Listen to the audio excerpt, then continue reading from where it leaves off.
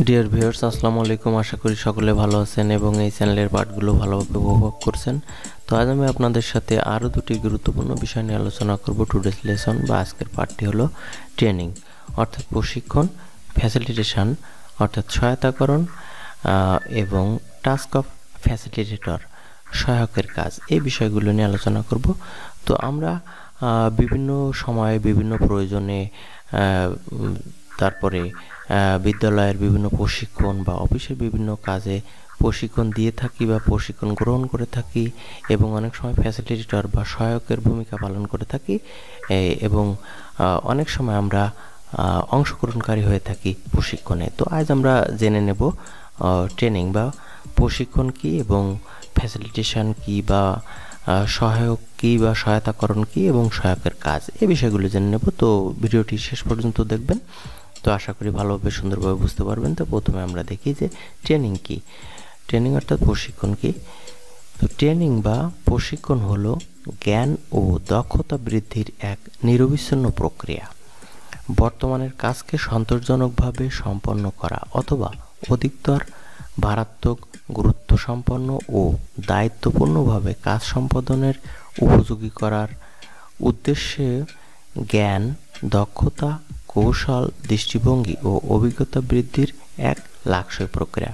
অর্থাৎ কোনো কাজটাকে সুন্দর করার জন্য যে জ্ঞান, দক্ষতা, দৃষ্টিভঙ্গি, অভিজ্ঞতা প্রয়োজন, সেটাই হচ্ছে প্রশিক্ষণের মূল উদ্দেশ্য। তো এরপর আমরা দেখি সহায়তাকরণ বা ফ্যাসিলিটেশনটা কি।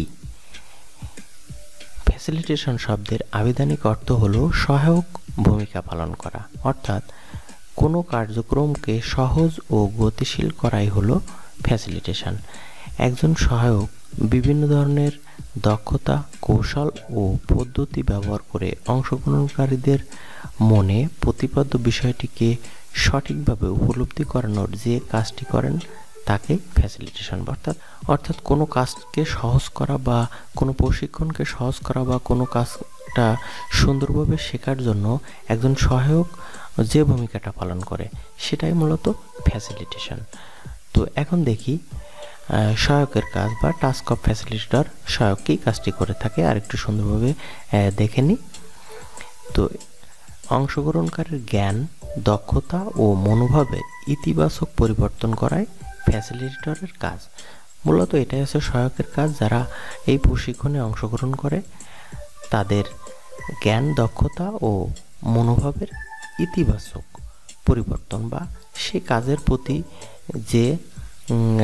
যেটা হওয়া উচিত বা যে পরিবর্তনটা, ইতিবাচক পরিবর্তনটা হওয়া উচিত, প্রশিক্ষণের মাধ্যমে যেটা শেখা উচিত সেটা শেখানোই বা সেটা সুন্দরভাবে শেখানোই মূলত সহায়কের কাজ।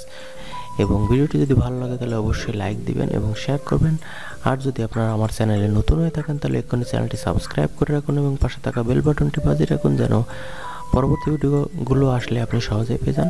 তো আজকের ভিডিওটি দেখার জন্য এখানে ধন্যবাদ জানাচ্ছি, আর পরবর্তী ভিডিও দেখার আমন্ত্রণ জানিয়ে আজকের মতো এখানে শেষ করছি। সকলে ভালো থাকুন, সুস্থ থাকুন, সকলকে ধন্যবাদ।